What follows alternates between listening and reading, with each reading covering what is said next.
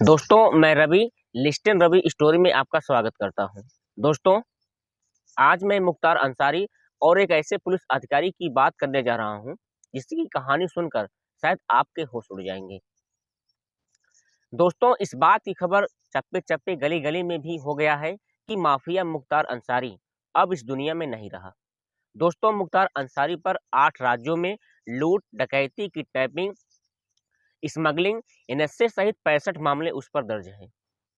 दोस्तों लोगों को खूब याद होगा कि जब मुख्तार अंसारी अपने एक हाथ में गन और दूसरी हाथ से अपनी मूंछ को जब ताव देकर चलता था, खुली जीप में जब वो टहलता था, तो पुलिस भी उसकी बाल बाका भी नहीं कर पाती थी।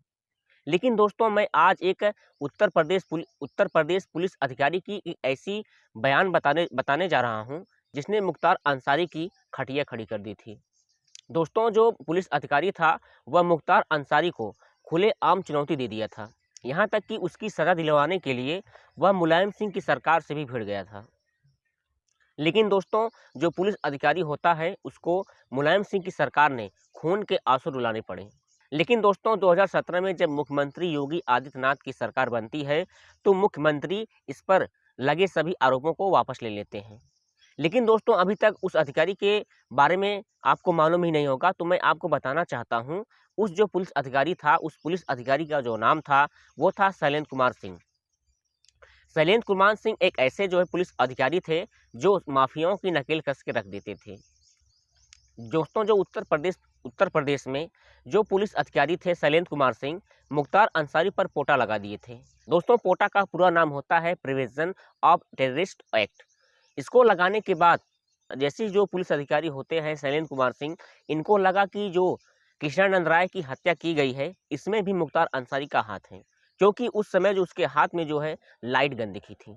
दोस्तों जो उस समय की उत्तर प्रदेश में जो सरकार थी उस समय जो है सपा की सरकार थी, और जो सपा की सरकार थी मुलायम सिंह यादव जो है इससे पुलिस अधिकारी से नाराज हो गए थे, क्योंकि जो है ये पुलिस अधिकारी जो है मुख्तार अंसारी पर पोटा लगा दिया था। और इस पर जो सरकार थी इसके दबाव बना रही थी कि जो इसके पोटे हैं, जो इस पर पोटा लगाया गया है, इस पोटे को वापस लिया जाए। लेकिन दोस्तों जो पुलिस अधिकारी शैलेंद्र कुमार सिंह होते हैं वह जो है पोटा वापस नहीं लेते हैं, और 15 दिन के भीतर जाते जाते इन्हें जो है अपनी नौकरी से इस्तीफा देना पड़ता है। और दोस्तों यहाँ तक की बात करें कि जो पुलिस अधिकारी होते हैं वह सरकार के आगे झुकने से इनकार कर देते हैं। लेकिन दोस्तों सरकार के आगे झुकने से जब इनकार कर देते हैं तो इनकी जो गिनती होती है वो उल्टी हरासमेंट होने लगती है, इनकी जो है हरासमेंट होने लगती है। शैलेंद्र कुमार सिंह के ऊपर जो है ज़बरदस्ती एफआईआर दर्ज किया जाता है, और शैलेंद्र कुमार के जो साथी होते हैं, जो पुलिस होते हैं, इन्हें जो है गिरफ्तार करके जेल में डाल देती है। लेकिन दोस्तों इधर जब 2017 में मुख्यमंत्री योगी आदित्यनाथ की सरकार बनती है, जब बीजेपी की सरकार बनती है, तो उस समय मुख्यमंत्री योगी आदित्यनाथ सभी मामलों को बड़ी बारीकी से जांच करते हैं, जिसमें उन्हें मालूम चला कि जो वीरेंद्र कुमार सिंह जो पुलिस अधिकारी थे, वे सरासर जो है जो पुलिस अधिकारी वीरेंद्र कुमार सिंह थे वह बहुत ही न्यायिक और अच्छे इंसान थे, इसलिए उस पर लगे सभी आरोपों को वह वापस ले लेते हैं और मुख्तार अंसारी की नकेल कसने शुरू कर देते हैं।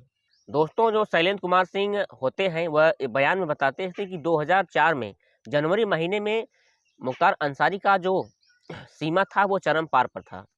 लोगों के खिलाफ इतना भय कर दिया था, और जब कर्फ्यू लगाया गया था तो कर्फ्यू के दौरान भी वह खुली जीप में झूमता था और अपने साथ कई बंदूकों और लाइट गनों को लेकर टहलता था। उस समय उत्तर प्रदेश की पुलिस उसकी कुछ बाल भी बाका नहीं कर पाती थी और उसका कुछ भी बिगाड़ नहीं पाता था। दोस्तों जो उत्तर प्रदेश के पुलिस अधिकारी होते हैं वे बताते हैं कि जो पुलिस होते हैं उसकी कोई बात कहने की दूर, उससे कोई ताकता नहीं था। इतनी जो है उसकी उत्तर प्रदेश में दहशत थी कि उसके दहशत से लोग थर थर कांपते थे। यहाँ तक कि उसका इतना बड़ा दहशत हो गया था मुख्तार अंसारी का कि उसके खिलाफ कोई कोर्ट में बयान तक नहीं देने जाता था, और उसके खिलाफ जो है कोई मुंह तक नहीं खोलता था। सरेआम जिसको चाहता था जब मन तब वह मारता था, लूटता था, धमकाता था।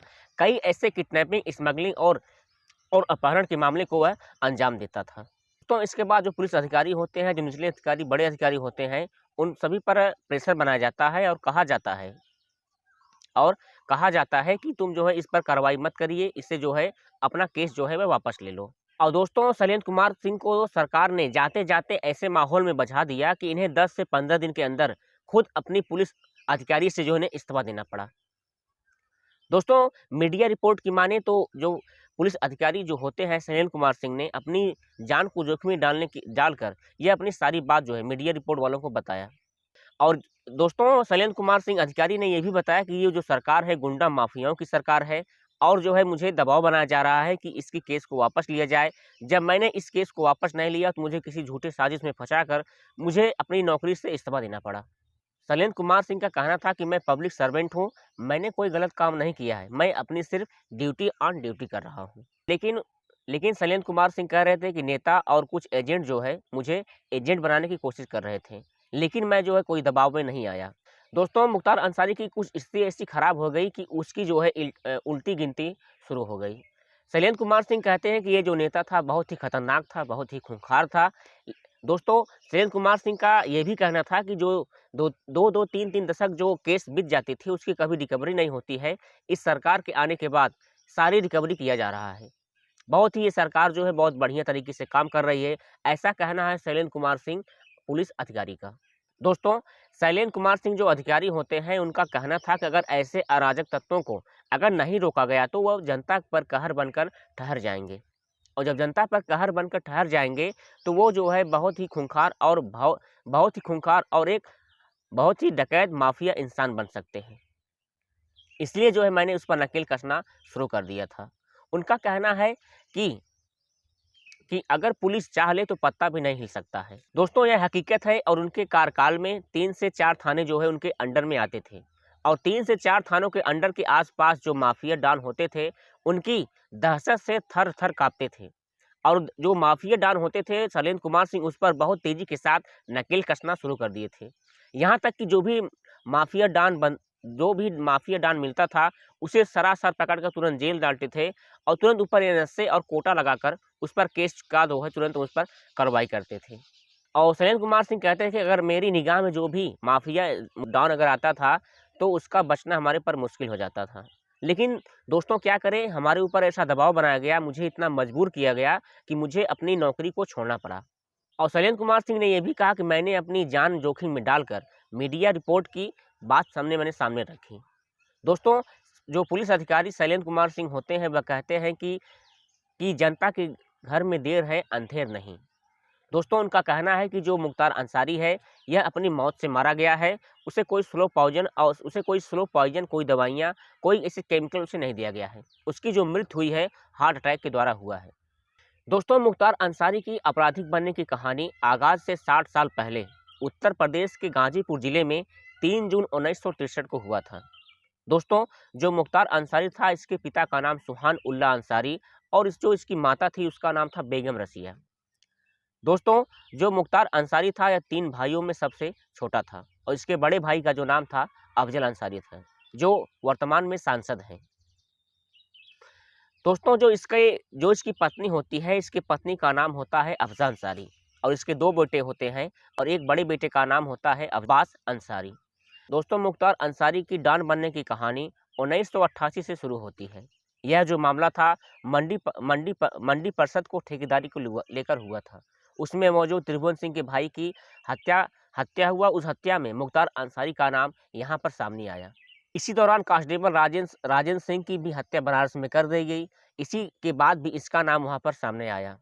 दोस्तों 1990 में गाजीपुर में ऐसे तमाम सरकारी ठेकों पर मुख्तार अंसारी का जो कब्जा था शुरू हो गया था। जिसमें उसके गुरु रहे साधु सिंह और मखनू सिंह का नाम भी उसमें सामने आया। दोस्तों इसके बाद गाजीपुर के तमाम सरकारी ठेकों पर ब्रजेश सिंह के गिरोह का जो है कब्जा शुरू हो गया था, जिसमें मुख्तार अंसारी से जिसमें गिरोह का सामना हुआ, जिसमें तमाम नामजद लोगों का नाम सामने आया। तो मुख्तार अंसारी माफिया डॉन की नकेल कसने के लिए यह जो है बनारस में अवधेश राय हत्याकांड में भी इसका नाम सामने आया। दोस्तों इसके बाद 1991 में चंदौली की पुलिस जो है पर पहली बार सबसे पहले एफआईआर दर्ज किया गया। एफआईआर दर्ज करने के बाद जब चंदौली की पुलिस इसे गिरफ्तार करके जब लेकर आ रही थी तो रास्ते में 2 पुलिस वालों की गोली मारकर हत्या कर दिया। तब से इसके नाम भी वहाँ पर सामने आया क्योंकि यह 2 पुलिस वालों की हत्या कर दिया था। उसके बाद वह वहाँ से फरार हो गया। दोस्तों आपको बता दें कि मुख्तार अंसारी 1991 में यह पहली बार मऊ से विधायक बना। इसके बाद 1996 से 2022 तक जो है यह उत्तर प्रदेश गाजीपुर में विधायक रहा। इसके बाद 2022 में अपने बेटे अब्बास अंसारी को वहां पर खड़ा कराया, जिससे उसकी भारी जो है जीत हुई। दोस्तों 1997 में पूर्वांचल के रहे व्यापारी रंगटा अपहरण केस में भी इसका नाम वहां पर सामने आया। दोस्तों इसके बाद जो ब्रिजेश सिंह होते हैं, इनके काफिले पर मुख्तार अंसारी ने जो है हमला कराया, जहां पर दोनों तरफ से जवाबी कार्रवाई हुई, जिसमें मुख्तार अंसारी के गनर जो होते हैं रुस्तम का मौत हो जाता है। इसके बाद जो मुख्तार अंसारी होता है पूर्वांचल का एक उभरता हुआ डॉन बन जाता है। इसकी इतनी दहशत हो गई थी 1997 में कि इसका कोई बाल बाका भी नहीं कर पाता था। इतनी लूट, स्मगलिंग, अपहरण, किडनैपिंग, ऐसे कई अंजाम, हत्या जैसे कई मामलों को यह अंजाम देता था। दोस्तों जो मुख्तार अंसारी था उसके ऊपर जो है 65 मामले जो है नामजद थे। दोस्तों 15 जुलाई 2001 को एक उसरी चट्टी कांड हुआ, जिसमें ब्रिजेश सिंह के साथी ने मुख्तार अंसारी पर जानलेवा हमला किया, जिसमें मुख्तार अंसारी की जो गनर हुआ था वह इलाज के दौरान वह दम तोड़ दिया। इसके बाद मुख्तार अंसारी पर जिसने जानलेवा हमला किया था उसका उन्होंने बदला लिया, जिसमें जिसमें कई लोगों का नामजद जो है सामने आया, जिसमें त्रिभुवन सिंह, उसके कई साथी और अनिल सिंह, ऐसे कई मुख्तार अंसारी सहित कई लोगों का नाम जो है ये सामने आया। दोस्तों इसके बाद 2009 में मुख्तार अंसारी जो है जेल में इसके बाद दोस्तों मुख्तार अंसारी को जेल में पकड़कर उसे गिरफ्तार कर दिया गया। इसके बाद जो मुख्तार अंसारी था 2009 में बसपा की टिकट पर वह बनारस से चुनाव लड़ा था। लेकिन दोस्तों आपको बता दें कि मुख्तार अंसारी के सामने जो कैंडिडेट खड़े थे उनका नाम था मुरली मनोहर जोशी, जो कि बीजेपी के यह कैंडिडेट थे, जिन्होंने 17,221 वोटों से मुख्तार अंसारी को हरा दिया। इसके बाद मुख्तार अंसारी पाँच बार मऊ से विधायक रहा। दोस्तों इसके बाद सपा की सरकार बनी। दोस्तों इसके बाद बीएसपी की सरकार में वह सांसद विधायक रहा। फिर इसके बाद दोस्तों जब बीएसपी की सरकार चली जाती है तो उसके बाद वह सपा की सरकार आती है। सपा की सरकार में भी वह जो है सांसद विधायक रहा। लेकिन दोस्तों 2017 में जब मुख्यमंत्री योगी आदित्यनाथ बनते हैं तो सारा जो सत्ता था वो पलट कर रख देते हैं। इधर माफिया गुंडों पर वह नकेल कसना शुरू कर दिए थे। इसके बाद 2022 में धन शोधन के मामले में उसे गिरफ्तार किया गया। जो इसके बाद मुख्यमंत्री योगी आदित्यनाथ होते हैं, इनकी कई बेनामी संपत्तियां और कई घरों को बुलडोजर में इसे बदल दिया। दोस्तों जो मुख्तार अंसारी था इसे जो हम गिरफ्तार किया गया, गिरफ्तार करने के बाद सबसे पहले इसे आगरा लाया गया। आगरा लाने के बाद फिर इसके बाद इसे मथुरा लाया गया। मथुरा से फिर इसे गाजीपुर लाया गया। गाजीपुर लाने के बाद फिर इसे बांदा जेल में डाल दिया गया। दोस्तों आपको बता दें कि जो इसकी बहू थी, जो इसके बेटे थे, इसके जो है कुछ जेलों में मिलने जाते थे और इसे चोरी छुपे कुछ दिया करते थे। दोस्तों इसके बाद जो मुख्तार अंसारी था वो जो है मऊ में एक ऐसे हत्याकांड को अंजाम दिया जिससे पूरा यूपी जो है दहल गया। दोस्तों आपको बता दें कि मुख्तार अंसारी की जो मौत हुई है, पुलिस ने जवाबी कार्रवाई में यही बताया है कि मुख्तार अंसारी बहुत ज़्यादा चिप्स और नमकीन खाता था, इसलिए उसकी सेहत जो है खराब हुई। सेहत खराब होने के कारण मैंने उसे दुर्गावती मेडिकल कॉलेज में भर्ती कराया, जहां पर उसने इलाज के दौरान जो है अपना दम तोड़ दिया और मुख्तार अंसारी सदा के लिए आज इस दुनिया से गायब हो गया। दोस्तों मुख्तार अंसारी की कहानी सुनकर आपको कैसा लगा, कमेंट सेक्शन में जरूर लिखें और ऐसे अमेजिंग इन्फॉर्मेशन वीडियो के लिए हमारे चैनल को सब्सक्राइब कर लीजिए, लाइक कर लीजिए, ताकि ऐसी घटनाएं आपको मिलते रहें। मिलते हैं एक नई पेशकश कहानी के साथ, तब तक के लिए धन्यवाद।